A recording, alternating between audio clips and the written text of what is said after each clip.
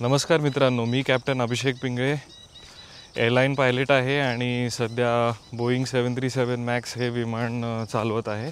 मला आज भारतात जवळजवळ 3 वेगवेगळ्या एअरलाईनमध्ये जॉब करायचा एक्सपिरियन्स आहे आणि कालपासून मला खूप सारे इंस्टाग्राम्सवर DM आणि व्हॉट्सॲपवर मेसेजेस, काही फेसबुक आपलं यूट्यूबवर पण काही कमेंट्स आले आहेत की तुम्ही अहमदाबादमध्ये जे झालं आहे त्याच्याबद्दल काहीतरी एक व्हिडिओ बनवा आणि त्याची काही आम्हाला माहिती द्या वगैरे वगैरे.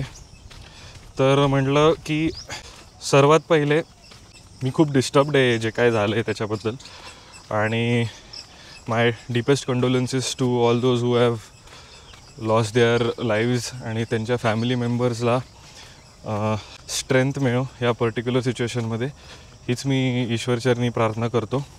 बाय द वे, जे मीडियामध्ये दाखवत आहेत, बोलत आहेत, एकमेकांना ब्लेम करतायत, तर माझं स्पष्ट मत आहे की ह्याच्यावर काही खूप लक्ष देऊ नका.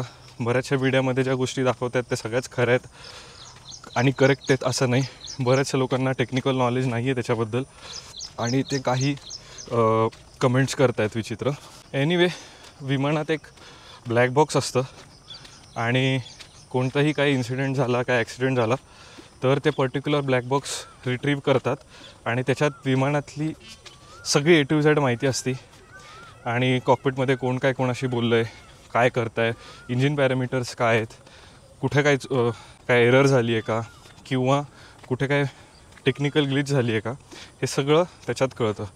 ते बऱ्यापैकी क्रॅशप्रूफ पण असतो तो ब्लॅक बॉक्स, आणि वॉटरप्रूफही असतं. म्हणजे जर काही समुद्रात वगैरे कुठे काही ॲक्सिडेंट झाला किंवा तर ते रिट्रीव्ह करता येतं. त्याच्यात एक GPS सिग्नल असतो, त्याच्याने तुम्ही ट्रॅक करू शकतात पर्टिक्युलर कुठे एक्झॅक्टली त्याचं लोकेशन GPSने. तर अशी काही घटना घडल्यानंतर पर्टिक्युलर एक इन्व्हेस्टिगेशन करण्यासाठी एक टीम नेमलेली असते DGCA आणि गव्हर्नमेंटनी, की त्या एअरक्राफ्ट क्रॅशेस वगैरे का झाल्या, कशामुळे झाल्या, आणि त्याच्या डिटेल माहिती घेण्यासाठी. आणि दुसरी गोष्ट आहे की अहमदाबादमध्ये खूप बर्ड स्ट्राईक्स होतात. म्हणजे काय की विमान जेव्हा टेक ऑफ रोलवर असतं किंवा जस्ट टेक ऑफ होतं तेव्हा खूप सारे बर्ड ॲक्टिव्हिटी तिथे असल्यामुळे बरेचसे बर्ड्स हिट होतात विमानाला. आणि जर तुम्ही सली मूवी हा बघितला असेल, त्याच्यात तुम्ही बघितलं असेल त्या बर्ड स्ट्राईकमुळे विमानाच्या इंजिन ते बर्ड्स घुसतात आणि इंजिन फेल होतं आणि त्यांना पुढच्या त्या रिव्हरमध्ये डिच करून लँड करायला लागतं. तर असं अंदाज आहे की मे बी तसं काही झालं असेल.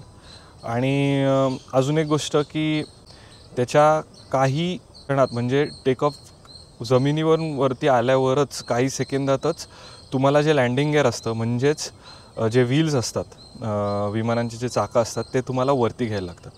तर जर तुम्ही तो व्हिडिओ बघितला असेल, त्याच्यात टेक ऑफ झाला आहे, विमान बरंच वरती गेलं आहे, पण त्याचे व्हील्स जे आहेत ते खालीच आहे, ते वरती घेतलेलं नाही.